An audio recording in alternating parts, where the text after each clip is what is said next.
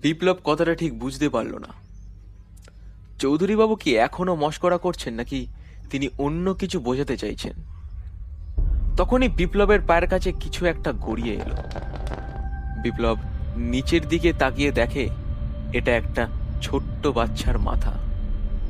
বিপ্লব ভয় চমকে ওঠে আর বলে, এটা কি?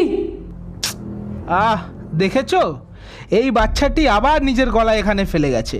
এই হরিহর, যাও তো একটু মাথাটা ফেরত দিয়ে আসো। পাশের কামরাতেই মায়ের সাথে বসে আছে মনে হয়, আর বলবে পরের বার থেকে যেন খেয়াল রাখে। হ্যাঁ যাই, বলে আসি। বিপ্লব, তুমি ঘাবড়ে যেও না। বাচ্চার মন তো এই ট্রেনের মধ্যে খেলতে খেলতে ভুলে গেছে। উফ, কতদিন আর ওকে বাচ্চা বলে আশকারা দেবেন বলুন তো? গত 11 বছর ধরে এই করেই বেড়াচ্ছে। হরিহর, তুমি এত রেগে যেও না। তোমার ছেলের বয়সীও, একটু ওর ব্যাপারটাও বোঝো। এইসব দেখে এবং